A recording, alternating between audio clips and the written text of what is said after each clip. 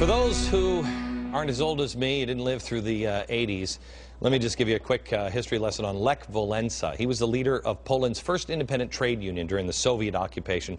He founded a group called Solidarity. They stood against the Soviet oppression at a time when you do this, I mean, it could be fatal. Lech Walesa became so popular that he was elected Poland's president in 1990. He knows a little something about communist oppression. He also knows who it was that was standing there fighting for freedom against the iron fist of socialism and communism right beside him, the United States of America. Well, here's some audio of Lech Walesa. He just said through an interpreter about the United States. He was giving a speech here in the U.S. The United States is only one superpower. Dziś przewodzą światu. Today they lead the world. Nie ma nikt wątpliwości. Nobody has the doubts about it. Militarnie. Militarily. Przewodzą ekonomicznie, choć słabną. They also lead economically, but they're getting weak. A nie przewodzą moralno-politycznie. But they don't lead morally and politically anymore. Świat nie ma przywództwa. The world has no leadership. Stany były zawsze ostatnią deską ratunku dla innych narodów. The United States was always the last resort in help for all other nations. To była nadzieja. Gdziekolwiek się źle działo, zawsze można na Stany było liczyć. That was the hope. Whenever something was going wrong, one could count on the United Dziś States. straciliśmy tą nadzieję. Today we lost that hope. It is painful to hear something like that from this man. Sometimes the truth hurts, but the truth is what we need to hear. He was asked in the interview that he sat down for with the Republican gubernatorial candidate in, I think it was Illinois, if he felt like the U.S. was beginning to move more towards socialism. Here's what he said. Yeah, it looks a little bit like that issue with those banks.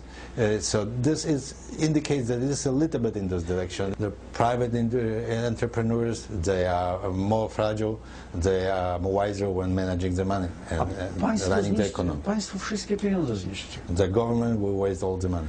Robi się biurokracja, buduje się. They just build the bureaucracy. He says we're moving a little bit.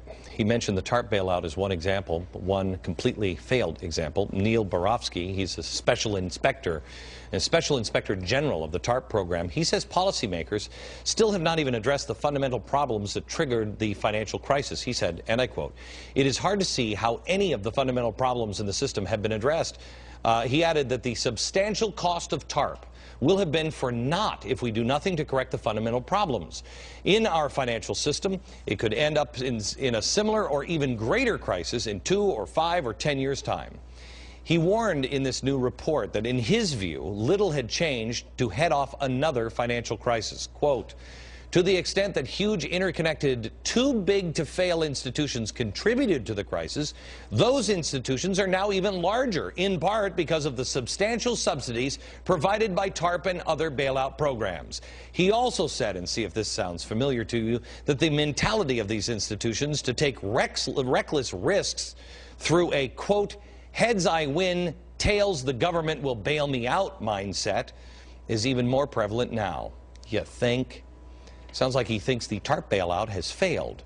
Yet, not only did we do a second package we called a stimulus, but now we're about to embark on a third stimulus package. But that's not what they're calling it. Next.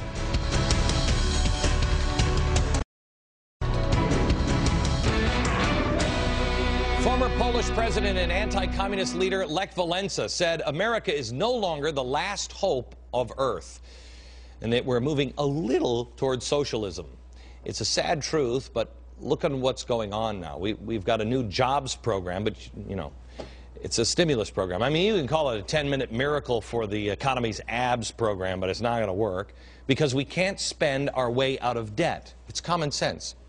We also have abandoned free market principles, as Bush said, to save them.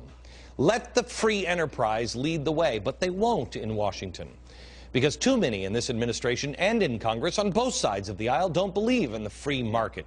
People like Ron Bloom in the administration. We know that the free market is nonsense. Thank you. We know that the whole point is to game the system, to beat the market, or at least find someone who'll pay you a lot of money because they're convinced that there is a free lunch. We know this is largely about power, that it's an adults-only, no-limit game. And that Mao was pretty much right. This administration has seemingly abandoned capitalism, the system that brought us the greatest prosperity the world has ever known. Did greed play a role? You bet it did.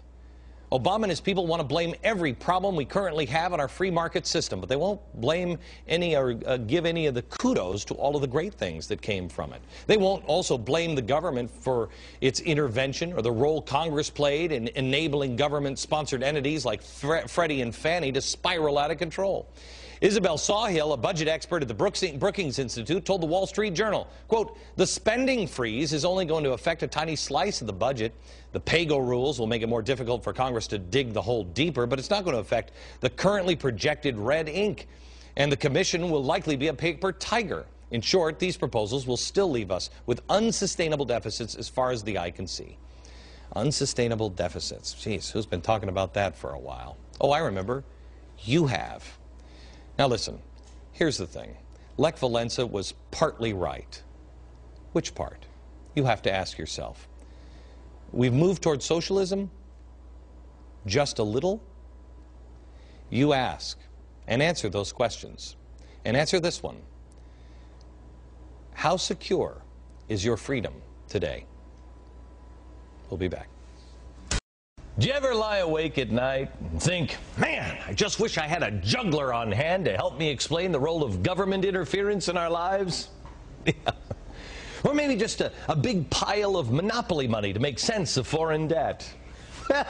Lucky day for you. Look no further. Just record this show or DVR it every day at 5 p.m. Eastern. I mean, I'm there for you, baby. You know what I'm saying? Ooh. I think I made most of the audience just throw up in their mouth just a little bit. There's nothing like a little Glenn after hours. Did it again. Remember, midnight snack and a side of me. They took away my M&Ms and they replaced them with grapes because of the war on chins. I am grossing America out like crazy. Make sure you join us every day. DVR or record the show, 5 o'clock Eastern. I'm losing the war on chins. Have you noticed? It's a bad battle. Bill O'Reilly and I went out this weekend on our first leg of the Bold and Fresh tour. It was simulcast in movie theaters nationwide on Saturday night, and if you weren't able to come out and see us in person, here's just a little bit of what people got to see. Nancy Pelosi, I swear, does anybody else think that Nancy Pelosi is beginning to look a little like Skeletor?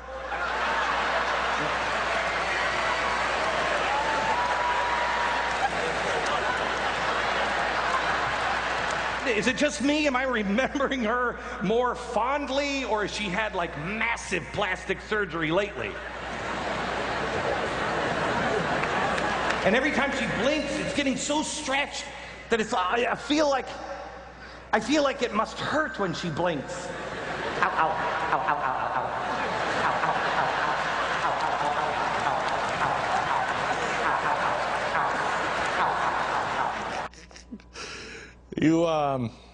That was one of the more serious moments, too. You still have one more chance to see it in a movie theater near you tomorrow night, and then we're headed out to Los Angeles next weekend. Oh, yeah.